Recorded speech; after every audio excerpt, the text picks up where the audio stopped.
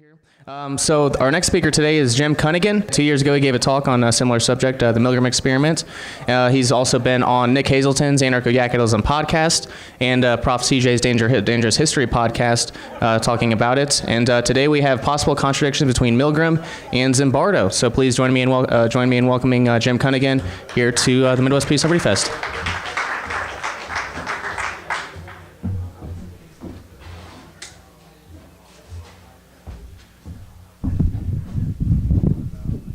All right, so I've been revising this up until the last minute, so bear with me. And also, I don't do this a lot, so if I'm speaking too quickly, someone just holler at me to slow down, and I'll do what I can. So what I wanted to do specifically today is address an inconsistency that I saw between one of Stanley Milgram's, obedience experiments and this part of the Stanford prison experiment.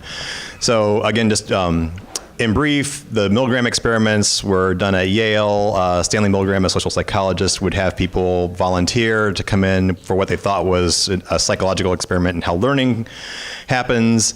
And it would look like two volunteers came in. One of them was not a real volunteer. One was working for Milgram. And the real volunteer would always be, quote unquote, randomized to be the teacher in the experiment. And the person who was the plant by Milgram would be the learner.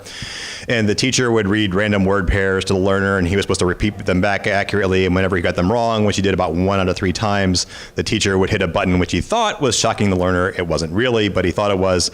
The shocks got increasingly more severe every time he got it wrong. The learner would start complaining. He was in another room and actually strapped to a chair, which the teacher actually participated in strapping him to the chair. He knew that was part of it. The learner would start saying, "That really hurts. I want out. I have a heart condition." Would scream, just with increasingly progressive shocks, and eventually would stop responding entirely, at which point the experimenter would say, "No, keep going. If you read the word pairs and he doesn't answer, that counts as a wrong answer, and so keep doing it." And in the base study, 65% of random people who showed up to participate in the experiment did all 40 shocks, even after a person was screaming, asking me to let go, and then stopped responding, and so he's either unconscious or possibly dead. So that was the base experiment. The one I want to focus on today, he did a number of variations, was when the people would show up to volunteer, again, only one of them would be a real volunteer, and instead of one other person, there were 3 other people. One of them would still become the learner, and the 2 other would become like co-teachers, and so they divided up the teaching portion.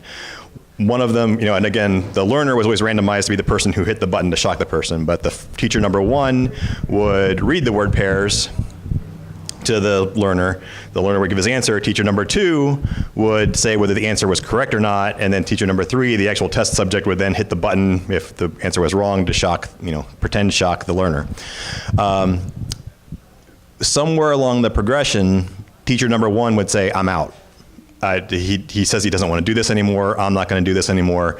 I'll sit over there. I'll answer your questions for the purpose of your study, but I'm not going to keep participating in this." And then a few more shocks later, teacher number 2 would say the same thing. And the experimenter would have a number of prompts they would always give to the test subjects about, the experiment must continue, the experiment requires you to go on, this sort of thing. And he would say them to these people, and they're like, "That's nice. I'm still sitting over there and not going to be part of this process." And so the burden of responsibility on the actual test subject would gradually escalate to the same amount of responsibility that the test subjects had in the very first study in the first place. He's now doing the whole thing. He's reading the questions, saying you got to right or wrong, and if it's wrong, hitting the button and thinking he's shocking somebody. Instead of 65% of people completing all through 40 shocks like they did in the first study, 10% did. So dramatic drop in the number of people who completed all the shocks, and 62.5% dropped out when the second teacher did. A number of them said that they didn't even know that it's like, I can quit this? That didn't even occur to me until this guy did. Yeah, I went out too. I don't want to shock people. This sucks. I want to go home and sleep well tonight. A few people said it's like, oh no, them quitting didn't have any influence on me quitting whatsoever, but whether or not it really did, or they were.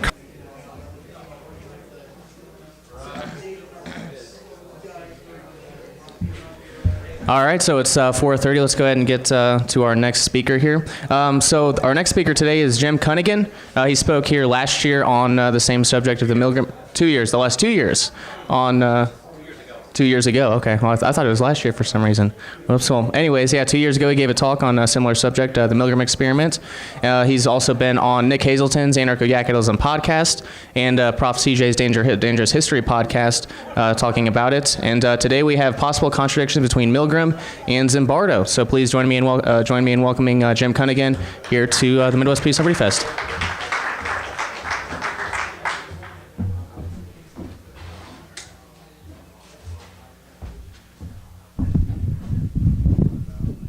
All right, so I've been revising this up until the last minute, so bear with me. And also, I don't do this a lot, so if I'm speaking too quickly, someone just holler at me to slow down, and I'll do what I can.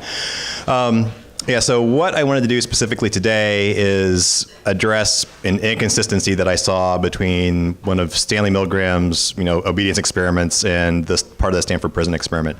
So again, just in brief, the Milgram experiments were done at Yale. Stanley Milgram, a social psychologist, would have people volunteer to come in for what they thought was a psychological experiment in how learning happens. And it would look like two volunteers came in. One of them was not a real volunteer. One was working for Milgram. And the real volunteer would always be, quote unquote, randomized to be the teacher in the experiment. And the person who was the plant by Milgram would be the learner. And the teacher would read random word pairs to the learner, and he was supposed to repeat them back accurately. And whenever he got them wrong, which he did about 1 out of 3 times, the teacher would hit a button which he thought was shocking the learner. It wasn't really, but he thought it was. The shocks got increasingly more severe every time he got it wrong. The learner would start complaining. He was in another room and actually strapped to a chair, which the teacher actually participated in strapping him to the chair. He knew that was part of it. The learner would start saying, "That really hurts. I want out. I have a heart condition." Would scream, just with increasingly progressive shocks, and eventually would stop responding entirely, at which point the experimenter would say, "No, keep going. If you read the word pairs and he doesn't answer, that counts as a wrong answer, and so keep doing it."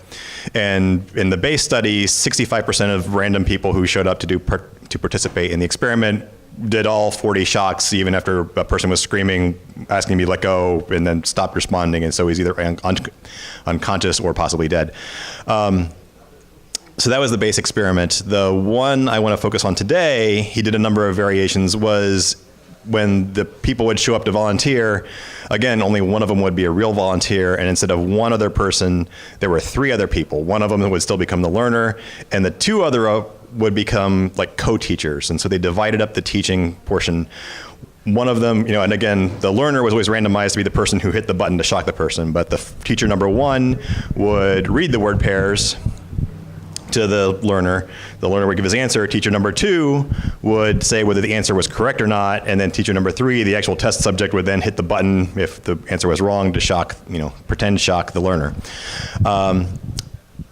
Somewhere along the progression, teacher number 1 would say, "I'm out.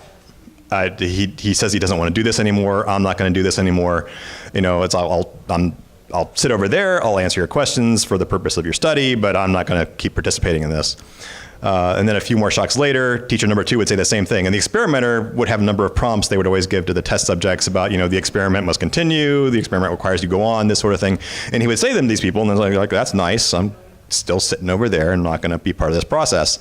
And so the burden of responsibility on the actual test subject would gradually escalate to the same amount of responsibility that the test subjects had in the very first study in the first place. He's now doing the whole thing. He's reading the questions, saying you got to right or wrong, and if it's wrong, hitting the button and thinking he's shocking somebody. Instead of 65% of people completing all through 40 shocks like they did in the first study, 10% did. So dramatic drop in the number of people who completed all the shocks, and 62.5% dropped out when the second teacher did. A number of them said that they didn't even know that it's like, I can quit this?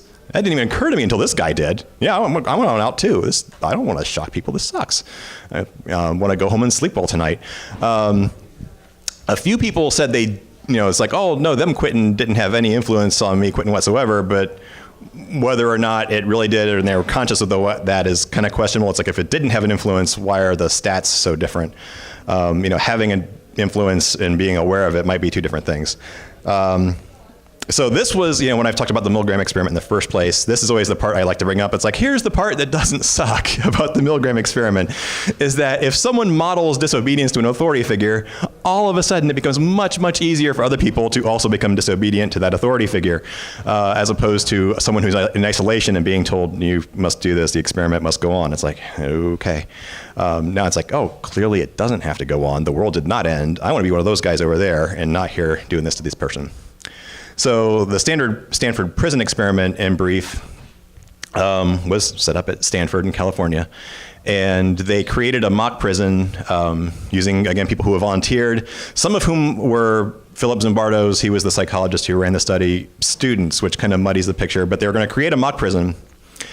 All of the people who volunteered expressed interest in being the prisoners. They were going to be randomized to be either guards or prisoners.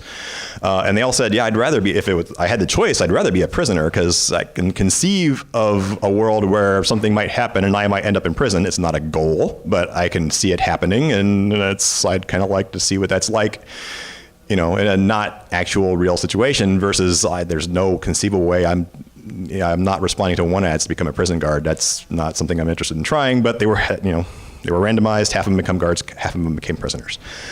At some point, partially through the study, a few of the prisoners were removed by Zimbardo because he was concerned about their mental and or physical well-being. And they introduced a new prisoner named Clay. And by the end of the first day, he was a skinny, probably not too healthy looking guy to begin with. He gets in there, and by the first day, he's like, I made a mistake. This is like in his journal that he's written, it's like, I did not want to be there. I wanted to get out. And the other prisoners have already kind of circulated amongst themselves. The culture of the prisoners there was like, we thought we could get out, and we've been led to believe we can get out. And there's communication reasons for that it was a whole nightmarish mess. But he was told he couldn't get out just because, it's like, this is an experiment, right? I'm withdrawn from the experiment. He had the impression that he could not do that. So his plan was to go on a hunger strike to the point that his health would suffer enough that they would have to let him out. And so, in short, he's sort of the teacher number one or teacher number two from that other Milgram experiment. He's modeling disobedience, that he sat down for his meal, and rule number two, they had a whole list of prisons or rules for their mock prison. Rule number two is that prisoners must eat at meal times and only at meal times. And he said, I'm not eating that. And they say, well, you're breaking the rule. It says you must eat at meal times. Ironically, this was dinner time. He didn't get lunch because lunch was withheld by the guards. So they're kind of having it both ways, that they didn't like how the prisoners were being unruly that morning. So they said, you're not getting lunch. And then it comes dinner time, and he's like, I'm not eating it. Well, then you're disobedient. And they throw him in the hole. They had like a closet, with no light in it. And they actually put a partition in it that didn't exist when the study first got rolling, because they thought they would never need to put more than one prisoner in the hole, and they found out they needed to. So they built a partition to separate this closet. I think it's a spacious closet, but it's still a closet. And so they put him in there, and they had the other prisoners come and pound on the door and yell at him. And first they had him come and plead with him because they threatened the other prisoners, because this was going to be visitation day. They had a few days where girlfriends, family, whatever would come and visit. They often expressed concern. It's like, are you doing okay here? Do we need to get you home? And like Zimbardo, the guy who was running it, would kind of come down to talk. Goes, oh, no, he's fine. But so they were going to get visitation, which was a big deal. And it's a big deal in real prison too. And the guards were threatening the other mock prisoners. Like, if he doesn't eat, we're sending all your visitors home. You don't get to see him. And so they would plead with him, and, it's like, come on, you're being selfish, you're being childish, what are you doing? The guards would then, come to the door, to the hole, and it's like, come on, don't do it for us, do it for the children. Do it for the other prisoners. It's like, you're not giving in to us, you still get to have your integrity, but come on, help these guys out, they're suffering because of you. They essentially took the other prisoners hostage, and attributed responsibility to this guy. Which is not entirely different from something Scott Horton was saying just a minute ago. It's like, oh, we're going to starve the children of Iraq, and blame the government, Iraqi government. That's like, you're the ones doing it. But, it's despite, whatever the actual circumstances are and who has the authority to actually make things happen, if the prisoners believe that this guy's responsible, they were blaming him, and they largely blamed him. Guards pulled a fantastic divide and conquer strategy is what really happened. So yeah, so again, this scrawny, I think 17-year-old kid actually, who at one point was objecting, this shouldn't happen because I'm not even of age, so me signing the contract to get into this shouldn't count, which didn't influence anybody in any way. But yeah, there's pounding on this closet door of this kid who's alone and in the dark, yelling at him, saying, it's like, eat your sausages or we're gonna kick your ass. He was forced to hold onto the 2 sausages that he had on his dinner plate. He's like, you hold onto those and don't let him go. Eventually they let him out of the hole and had him hold him to get into bed. One of the guards, there's a lot of, really humiliating behavior that the guards would enforce on the prisoners. It's like, kiss the sausages, caress the sausages, say you love them, and which he did, but he wasn't going to eat them. But so this is the contradiction. It's like, so here, it's like over at Yale, we got somebody saying, I'm not doing what this guy says, and everybody else is like, yeah, me either. I was just like, let's not do what he says. Over here, we got somebody who's like, I'm not doing what these guys say, and the rest of them are like, well, screw you. And it's like, you're, now our victim. And so that contradiction bothered me. And so I wanted to, for maintaining some sort of, mental integrity or autonomy, while physically participating. And it's like, what use does this is a near quote, I should have written it down, but it's like, what use does authority have for my mind if I give it control of my body? And it's like, so I'm participating under protest is participating, which very much mirrors some of the things that people who participated in Milgram study said. They're like, well, I didn't want to do it, and so that kind of makes me an okay person, right? I can still feel good about myself because I just, didn't want to do it, but I had to do it because he said, and it's okay. It's like, no, you still did it.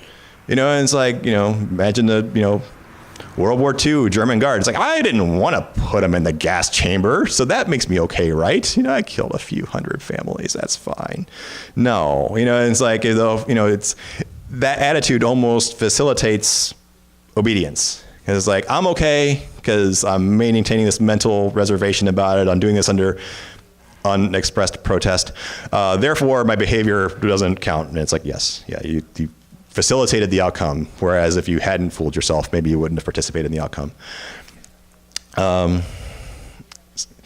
Another guard, actually, again, so Zimbardo was completely dismissing any contribution that Clay might have had to rebellion.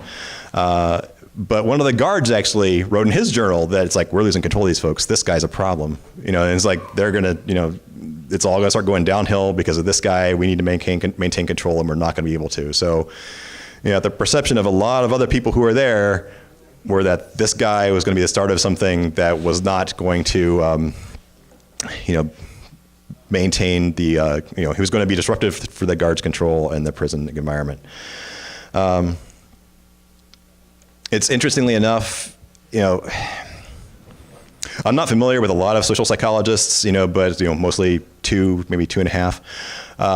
Because Ash, there was a guy named Solomon Ash, who I should have mentioned at the beginning. He was a professor of Milgram's who did a series of conformity experiments. And this was, again, part of the discrepancy that, he would have people come in and they would, say, we're having you come in to do a test on eyesight. And they'd have like 6 people standing there and they'll project like lines, so here's a line and then 3 lines over here labeled ABC of varying lengths.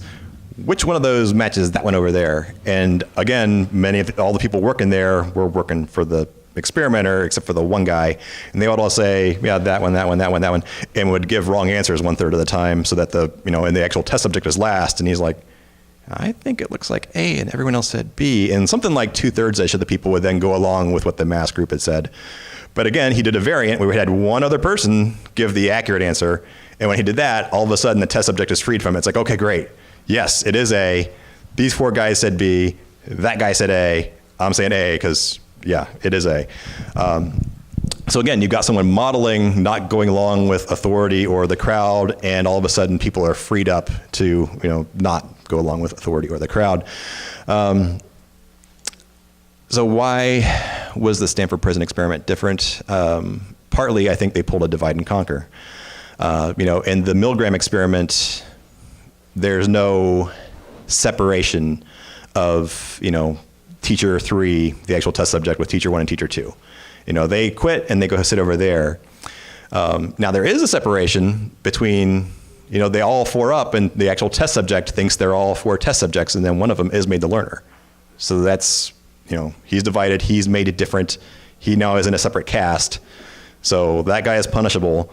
But when these guys rebel, we're all part of the same peer group. This made this easier for me. Stanford, it's like, all right, he showed up, he was new. So everyone else had already been there for several days. He shows up, he's the new guy. From the get-go, they were, punishing other prisoners because of his behavior, that they would have the prisoners sing for them. And if they sang off key, they had to do more push-ups. And, they would have them sing things like Amazing Grace. It's like, these are prisoners and they're singing this song. This is somewhat ironic. And so Clay, they would make him sing. He was apparently not a good singer, and they would have the other prisoners do push-ups until he sang it to the guards' satisfaction. And so, new guy, you're not one of us. We're already suffering, we're told, on account of you, even though there's clearly a middleman who's got the actual decision-making capacity and the power to, do this. And then, they immediately put him in the hole, and other differences, the teachers in the Milgram study who backed out, there was no negative consequence for them. This guy, he rebelled, he got thrown in the hole, and it's like, several of them had already been there, and it's like, I don't want that to happen to me. Also, the teachers in the Milgram study, the kind of the other side of the coin from the punishment aspect is that they had immediate invisible benefit. That many of the people who were participating in the Milgram study said they did not like shocking the person. In the video that is available, many of them seem to be in distress, and they got freed from that distress. That's a benefit. I want some of that over there. This guy, he was wanting to get out of the prison, but they didn't see that happen. It's like there was no immediate benefit. There was immediate punishment. And so it was easier for them to turn on him, in my opinion. So mechanisms for how I think some of these things work, I've talked a little bit on CJ's show in particular. Like social psychology looks at how individuals work in social relationships. So it's not sociology, which is looking at, societies, it's not individual psychology, but it's looking at how individuals operate in social environments, which is what we do. We're social critters. And part of what I see in common running through a lot of these things is, being social critters, social stimuli mean more to us than other stimuli. It's like, stripy stimuli means something more to zebra than concentric circles do. I wish I had a source on that. It's something I watched on Wild Kingdom decades ago. But concentric circle patterns mean more to bees than stripy patterns do. Like if you look at some flowers under ultralight, all of a sudden it lights up, and like sunflowers have like a target painted on them, and bees, concentric circles mean something to them. What other human beings do is a stimulus, and it's an important stimulus. It's not an irresistible stimulus. It's like it has to be processed, and that processing can make all the difference in the world.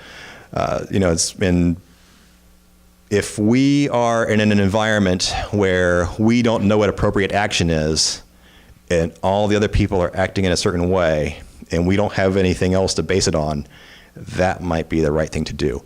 I forget which podcast I was listening to recently, but they weren't discussing like what I am, but they said, yeah, it's like a couple 100,000 years ago, if all the humans all of a sudden start sprinting over there, that's probably a good thing to do, lest you be eaten and your DNA might not be passed on, to the future generations. Or an example I made with CJ is like, if I'm in my house and I know the layout of my house, and there's a fire over there, and the front door's over here, and a firefighter's over here saying, run this way, I'm like, no. It's like, I know what the right course of action is in here. Your influence on me, as a, social, there are cues about you more about fire, and you're here to save my ass and all that stuff. But it's like, I know what the right thing to do is. I'm going to go that way. If I'm in a strange building and there's fires in more than one spot, and there's a firefighter in a hallway saying, run this way, I don't know what the right course of action is. There's a social cue telling me where the right course of action is. Might not pay off, but it's like, I got something, I'm going to go with that. If I'm in a strange building and there's fires in several different locations and I don't know the building, and there's a guy dressed like as a clown, the social cue is now very, very different. I'm not sure what I'm going to do. I have ideas about clowns. But so each of these, experiments involves putting people into a situation where they didn't know what the right course of action is, which might be, a reason to argue, that they should have had an idea of right course of action. That I think a good number of people here would say it is never appropriate to shock the shit out of somebody until they're dead because someone else is saying so. And if you've got that consciously in your mind, and it's like if Stanley Milgram raised from the dead tomorrow and somehow recruited you all into a study, I don't think a single one of you people would do that because you know what's going on. You know the situation is. The uncertainty is gone. And then again, the Stanford prison experiment, there was a lot of uncertainty. I actually wanted also to talk about, there's been a lot of criticism of both of these guys and their work. There has been for since they did their work, but a lot of it just came out of the woodwork in the last week or so while I was putting this work together. I was like, great, now I need to look at this. Wendy McElroy posted on Twitter that the Stanford prison experiment was a fraud. It's like, I can't ignore that now, can I? So I had to go and look into what that was about. So Milgram, I think Milgram was a much better scientist than Zimbardo was for a couple of reasons. Reading his book, he had his studies, they were laid out. There was a clear independent variable. It's like we're doing this and we're going to see what that does. He was criticized for, in some of the criticisms, it reminds me of, if you've ever heard Thaddeus Russell say that he listens to people criticize postmodernism and he wonders if they've read anything postmodernism because their criticisms of it don't match up with what he knows about postmodernism. Some of that I see. It's like, that people, it's like, well, Milgram, every time he did his experiment, he got a different result. It's like, well, yeah, every time he did his experiment, he introduced a new variable. That's science, It's like he introduced a variable, something different happens. Okay. So he was criticized for, not necessarily following up. He writes that it's like, oh yeah, we followed up with all of our test subjects and made sure that they knew it wasn't real and made sure they weren't in distress. And apparently some of his test subjects say, I never heard from him again. I didn't know any of that. Which might make him not a nice guy, but doesn't affect the outcomes of the science he did. Another criticism that does kind of affect the science is that apparently the experimenter did not stay on script. They had some scripted responses they were supposed to give if the test subject / teacher said, I don't want to do this. The first one, well, the experiment must go on. The experiment requires that you continue. And the fourth and final one was something like, you have no choice, you must go on. And I've heard from people who've discussed this, I haven't found, looked at it myself, but I've heard that everyone who got to that fourth and final prompt stopped. And there's like video of a guy who's like, I do have a choice. And people who will discuss this say, it's like, well, that's the one that is most clearly labeled as an order. The other ones are like, the experiment must continue, but not you must go on. And so people are saying, so he was wrong. It isn't that we just follow orders, which is the part where I say, have they read his work? Because he doesn't say we just follow orders. This is where I wanted to get props and come in here with a white lab coat and a car battery and jumper cables and pick out one of you that isn't an obvious sociopath and have you, tell you that, you must shock this guy. And people are like, no, what he wrote was that you need to create this, entire environment and that people will then do it. And a big factor in that is that they need to buy into what's going on. Part of the reason I didn't do it is because for Halloween, I wore my white lab coat, sprayed fake blood all over it, and that's a thing I've done. And it's now permanently stained pink, which clearly detracts from any perceived authority I would have. And it's like, shock the guy on the word of the guy with the pink lab coat. No, that wasn't going to work. But yeah, people weren't just following orders. They were part of this whole world that he had created, and there was a reason they were doing it. And this was a direct quote that I thought I had written down and I didn't. But something along the lines of, people have this tendency to believe that systems of human design and origin are somehow greater than that, and that they are not questionable and you cannot deviate from them. Something along those lines. Something like Max Stirner would have recognized very well and summed up in one word rather than Milgram's entire quote. He described spooks beautifully. Like I hadn't read any Max Stirner and watched people discussing it. Like this all sounds very familiar. That there has to be something. We're doing this for science. We're doing this for the greater good. We are. There has to be some illusion, something big that they are participating in. That this guy in the lab coat is an expert about. That makes what I'm doing here okay. And then when you would break that illusion, that's when people would start becoming more disobedient. They did a few things regarding the relationship between the subject/teacher and the learner, which would affect disobedience. If he was in the same room, people were less likely to shock him than if he was in a different room. But when they would challenge the perceived authority, perceived rightful authority of the experimenter, that's when people started dropping out big time. There was one where actually the converse of the one I've been discussing about, where the guy is doing the shocks and the other people quit, and so he quits. The converse of that is that they would have two people show up again. One of them is working for Milgram, and this time they're quote unquote randomized, so that the test subject is the one reading the questions and saying yes, you got it right or wrong. And then on his word, the other guy who's working for Milgram shocks him. And then obedience, to administer all 40 shocks goes up to like 90-something%. And when they ask people afterwards, it's like, well, who is responsible for shocking him? It's like, he was. I didn't shock him. I was in the direct chain of events that led up to shocking him, but he did it.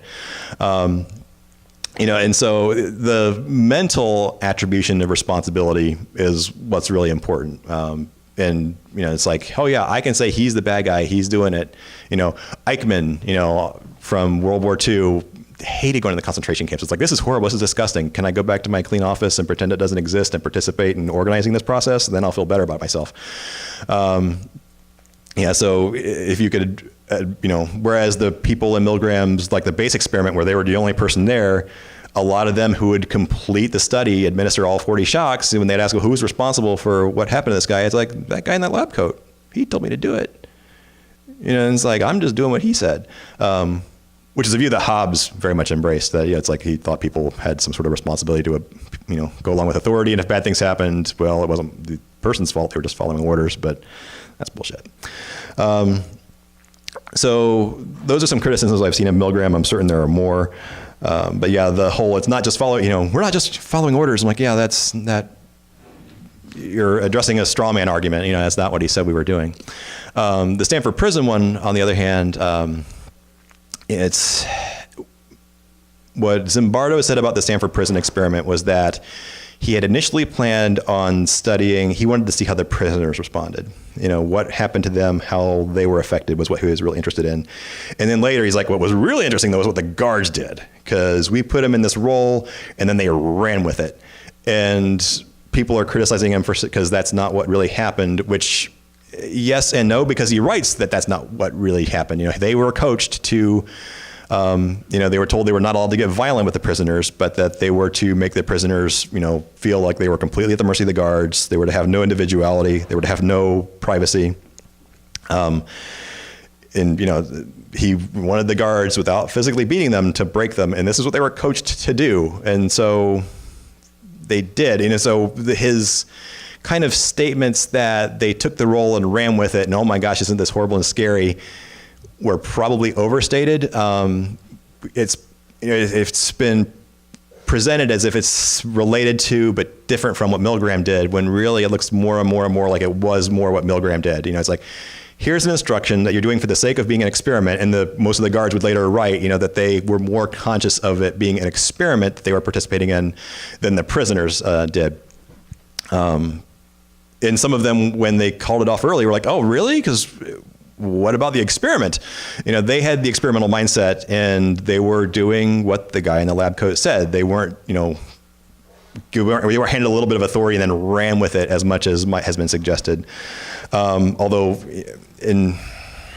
also people have criticized Zimbardo for saying he just says people naturally fall into these roles, when he didn't quite say that either. The guards kind of fell into one of three categories. There were the sadistic guards, the by-the-book guards, and then there were the nice guy guards. So again, it's like the role did not become all-encompassing, and he acknowledged that. But he does seem to have downplayed what his direct coaching and instructions might have done. He's a sloppy scientist. I just have to say that. Like when I was reading his book, he did another study that you may or may not have heard about. It got some attention back in the day, that he grew up out in New York City. And then he was out in this much more smaller community, Palo Alto, where Stanford is in California. And he was struck by the difference in anonymity that, in the city, he said people had a much more perception of being anonymous because there's just so many freaking people that they don't know who you are. Palo Alto, everybody, small towns, everybody knows everybody. That's the cliche, right? And so he wanted to do a study into how anonymity freed people to do, engage in antisocial acts. And so he arranged for a car to be left in, I think near Brooklyn or somewhere in Brooklyn with, they removed the license plates, they left the hood up and left it there, and then would stand back and film the results, and like families were coming and like stripping the car of all of its valuables in no time. Like dads are telling, moms like, oh yeah, see if there's anything inside, I'm getting the car battery. And then once all the valuables were gone, people would vandalize it. In California, none of that happened. At one point, it was raining, and someone came by and closed the hood of the car to keep the engine from getting rained on. And then after nothing had happened for several days, he's like, all right, well, we're calling it. And so he took the car back, and somebody called the police report that this car that had been on the street for several days apparently had been stolen. And he attributed that to anonymity. It's like, you don't get to pick what the independent variable was in that. And it's like, these are two different subcultures. And it's like, there's a lot going on there besides just, people in Brooklyn thinking that there's too many people here to know who I am, I can get away with this, versus somebody in California saying, oh, everybody knows me in this town, I better not do it. It's like, I don't go home and say, hey, that car apparently has been stolen because someone saw me go buy the car and they all know who I am in this town. There are some cultural, values that are different there, but he was like, oh, this proves anonymity frees people to do antisocial things. Reading what he's written about the Stanford prison experiment, it was, to be fair, this was supposed to be a pilot study. It's like Milgram did pilot studies too. And then he's like, all right, now we've got some idea of what we want to do. We're going to do all our independent variables and do some math on that.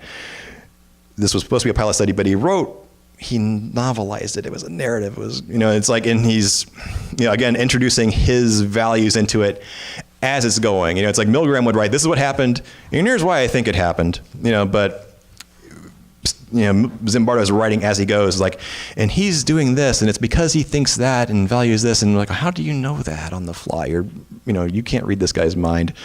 It's not written.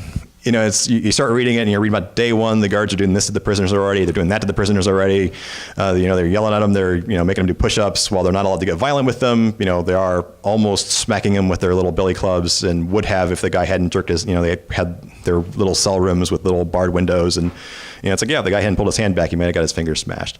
And then he's like, now flashback to the guard's orientation. It's like, damn it, this is science. Tell it chronologically. And I was just looking at his book this morning, trying to exactly piece together what happened with Clay and his hunger strike. And it's like, Wednesday, this happened, this happened, this happened. Thursday, and it's like, wait a minute. It's really hard to tease out. He's not methodical. He's kind of sloppy.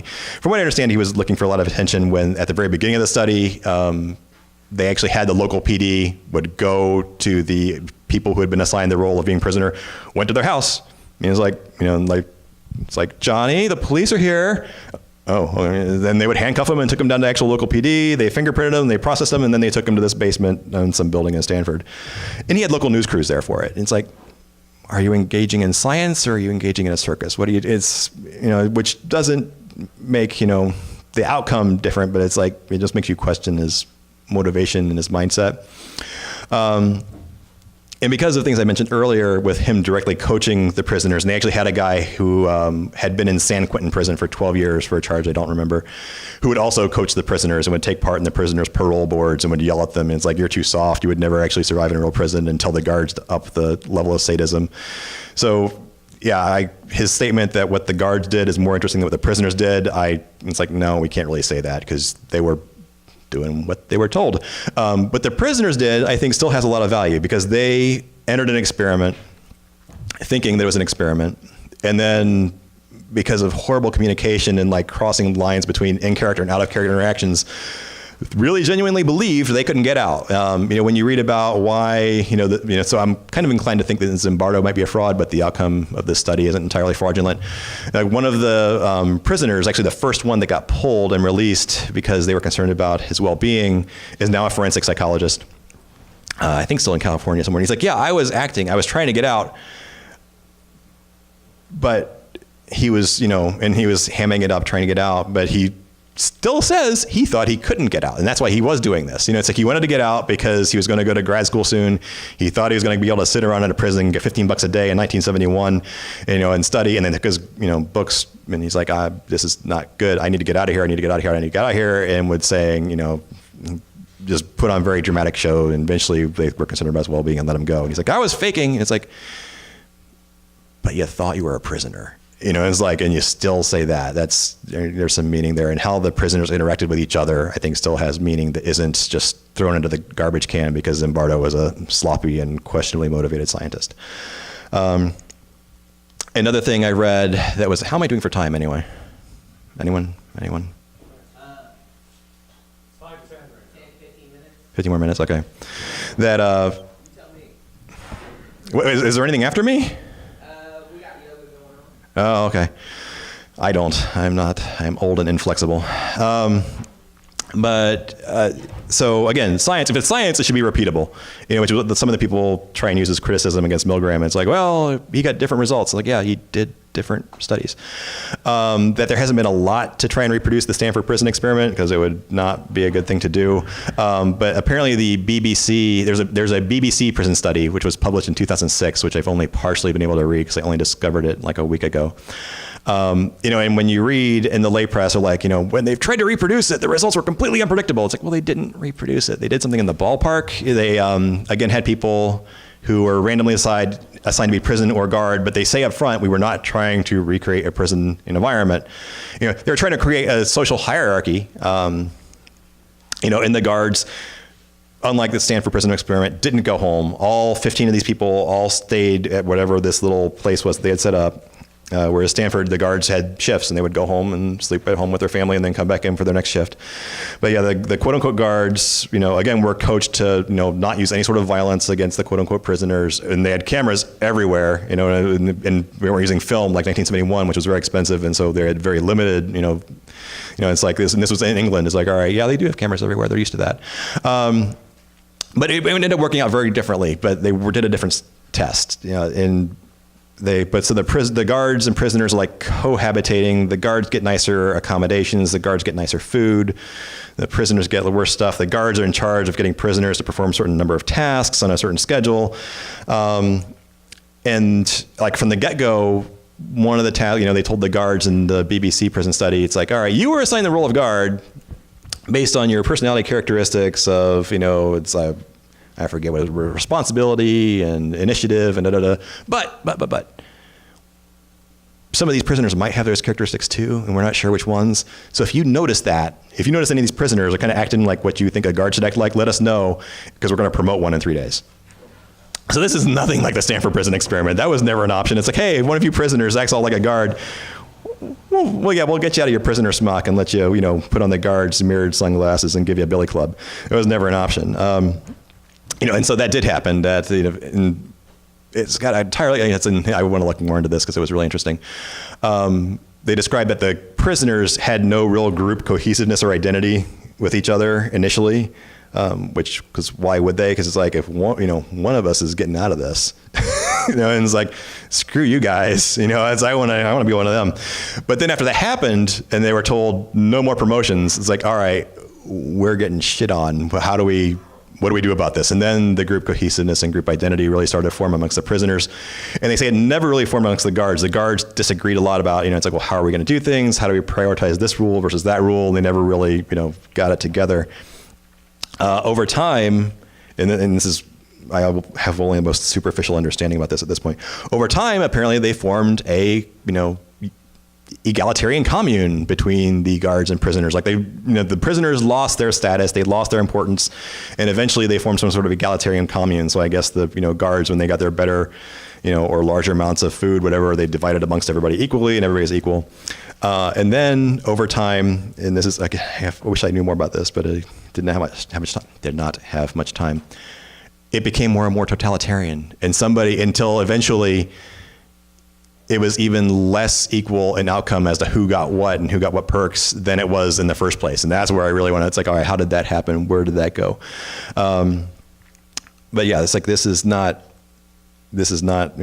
say that the Stanford prison experiment, when reproduced, did not have similar results. It's like, no, this was a different experiment entirely with superficial similarities, but now that's as far as it went. So what are the final, what can we take home from all of this? One, I think it's very important for people to kind of, question things. This was what Zimbardo was saying. It was like when people would be told, the experiment must go on, no one said, whose experiment? Why? What happens if the experiment doesn't go on? Does the sky fall, and blood turn to rain? And it was like, no, it was like, what, question that. There's a gap between stimulus and response. Who's the guy that said it? He was actually in a concentration camp, and I'm blocking on his name. Viktor Frankl, thank you. There's a gap between stimulus and response, and that's where all the magic happens. It's, subject 100 people to a certain stimulus, they might act different ways because of what's going on inside their head, which got downplayed a lot by Zimbardo and Milgram. It might be part of how social psychologists think, again, with the disclaimer that I know of the work of 2 of them, 3 including Solomon Asch. But situational variables is their shtick. But they would acknowledge, even with their emphasis on, social situation, that there were always outliers, there were always exceptions, even when the person in Milgram's experiment was reading the questions and saying yes or no, and the other guy was delivering the shocks, and most of the people are like, yeah, he was responsible, so I'm not going to lose sleep over this. I just performed an administrative task. Like 3 of them said no, and it's like, I'm part of this. It's like, so I don't know if it's going to stop if I remove myself from it or not, but I won't be contributing to it, and that's good enough for me, and I'm out. So something was different about them, the way they thought about it. One of the people who objected to, was disobedient in Milgram's experiments was, a fairly recent immigrant from Europe. This was in the 60s, and he's like, I know what you're doing. This is Eichmann all over again. He knew that. He was able to look at it that way. And so that made a difference. Peers modeling rebellious behavior can make a difference. It might not make a difference. It's like, again, you don't know who you're modeling for. You don't know what their values are. It's like, if one of us just goes and says, well, I'm not paying taxes anymore. It's like, all right, great. It's like, you might spend time in prison. It's like, I don't know, a lot of people are going to join up, and get in line with you. That would be great. But it's like, yeah, we have people in prison for tax evasion, and, it's very Stanford looking.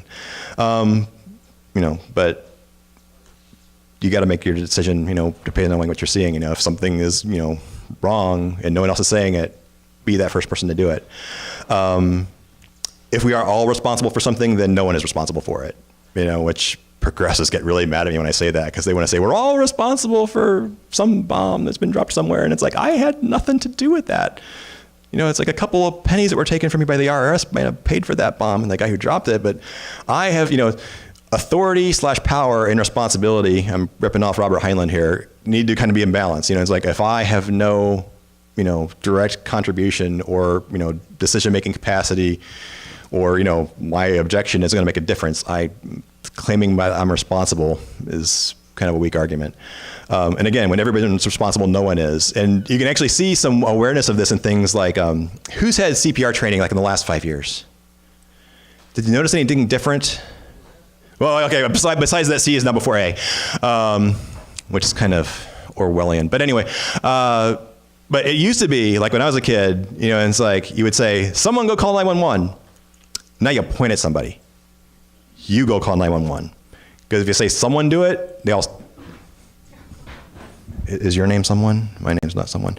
And it's like, and I don't know you, and you got no reason to do, but once I make it your responsibility, you're more likely to do it, people start going to call 911. This is something, I don't think Milgram did this, but I think I read about it through him, that they would have somebody at a beach, and they would have a radio on their towel, and they would have them leave it there, and they would get up and say, hey, everybody, watch my radio for me, surrounded by strangers. Hey, everybody, watch my radio for me. I got to go to the bathroom or whatever, and they would leave.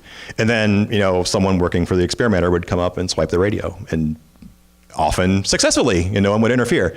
If the person pointed at a random stranger, it's like, watch my radio for me, okay? And then leave, and someone comes up and tries to get the radio, it's like, that's my job now. You know, it's like, I'm the one calling 911 because that's been, you know, it's not all of our responsibility. It's my responsibility.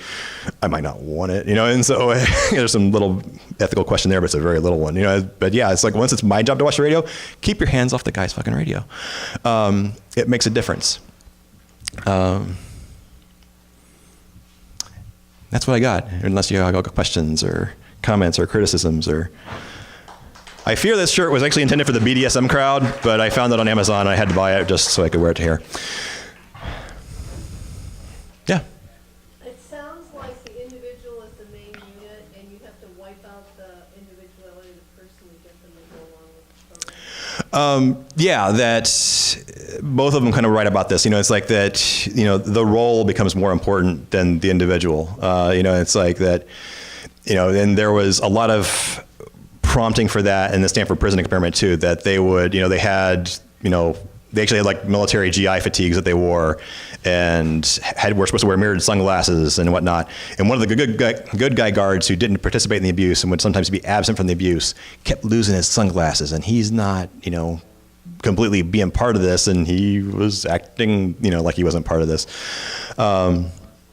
But yeah, it's in Milgram too, it's like, you're participating in the next experiment and your role is this, and here are what the rules are for your role, and da-da-da-da, as opposed to random stranger, hit this button, this guy's gonna holler, but don't listen to him. You know, it's like, no, you know, it's like, no one's gonna do that, but you build up a role, you know, and if you let that become more important, you know, that can end in bad things. You know, roles are clearly not only bad, you know, it's like, I'm a dad. That's part of my role. You know, responsibilities go along with that role that I don't object to. Sometimes, and I think I mentioned this on CJ's show, I let, you know, competing roles start getting, you know, I lose my temper with my kids sometimes in the morning, which I'm not proud of, but I'm going to go ahead and admit because it's true. You know, it's like, I got to get to work. You know, it's like, this is my role. You know, I don't, you know, it's like, I got a job to do. That role is here. And you're interfering with that role and not losing my temper at you, which is probably not the best demonstration of me embracing that dad role in a good way. And so that's part of why I'm saying this publicly, is to shame myself to try and be a better dad. And you know, it's like, you know, if I'm late to work, tough. You know, it's like, I don't, you know, it's like, I'd be best to avoid that. But, you know, it's like, if that's what my kids remember about growing up, it's like, yeah, whenever we were running a little late in the morning, he started losing his shit. It's like, all right, no, I would like to avoid that. Yeah, that too. Which part of this, you know, people have kind of overstated, I think, the badness associated with Milgram's experiment. You know, as if some random stranger would be willing to do this. Like, no, these were people, again, they had to value, you know, it's like they came in voluntarily, you know, for that role. It's like, you know, it's like if people who didn't value science didn't come in for that role unless they really, really, really wanted the $4. You know, so part of that role was already in their head that you know, it's like the experiment was going on. Well, I clearly value experiment. I came here to do it, didn't I? But yeah, it's like, you need to be a good citizen. I'm like, well, what does that even mean? You know, it's like, yeah, you start questioning the role. You know, it's like, is this a role I want to embrace if it involves hurting people? So all, you know, I like skepticism. If that's absent, bad things start happening. Anyone else? Bueller? As far as you know, does the later work, I think either by Milgram or someone carrying her forward, where they also look into the personality characteristics of the individuals? A little bit. People who were more friendly and got along with others more easily were more likely to be obedient, right, as opposed to more contrarian people. It's like, well, contrarian people didn't get along? You're kidding. Yeah, so, which, yeah, superficially, that makes some sense. Because a lot of the people in Milgram's experiment didn't want to displease the experimenter. You know, it's like, he's the guy I'm in the room with. He's the guy, you know, who has more status than me. And you know, it's like, and this is his turf, you know, and it's like, I don't want to, you know, upset him. You know, it's like, if you kind of stick to your guns and refuse to play along, there's a lot of kind of looking at that in a bad light I think, in our culture. And, it's like, I already said I would do this. Now I'm going to be a quitter. I think that had to do part of, do it. But yeah, a lot of people were worried about upsetting him. And he actually looked at, I don't think he looked at it in exactly those terms, but eventually he's like, does the status of Yale have something to do with this? And so they would have rented a spot in a strip mall and, and had fly-by-night research division, on all the forums instead of Yale. And it didn't make a lot of difference, and they were still on their turf. The biggest difference, I think it made a little bit of, the numbers dropped a little bit, but more people were afraid of the legal consequences of their behavior after they'd done it than were with Yale, or at least mention that spontaneously. It's like, I'm going to just kill a guy in a strip mall because this guy, it's like, because a private company said to do it. Uh-oh, now I'm in trouble, as opposed to a social institution, which is arguably, part of the state. So that changed, but yeah, it's like people who just want to get along went along, and so I'm not endorsing being an asshole to everyone in every situation, but being willing to be an asshole actually isn't necessarily a bad idea. It's like, I try and think about what would people who want to be friendly and not be looked at in a negative light, how much longer are they on the phone with a telemarketer than I am? And it's like, or how well do they deal with pushy car salesmen? It's like, oh, no, don't hang up yet. What about, it's like, no, I'm not even having this discussion. I'm just hanging up. It's like, you can think any unfriendly thought you want. I got stuff I want to do. And you called my phone. Go away. So thank you. That was a good one.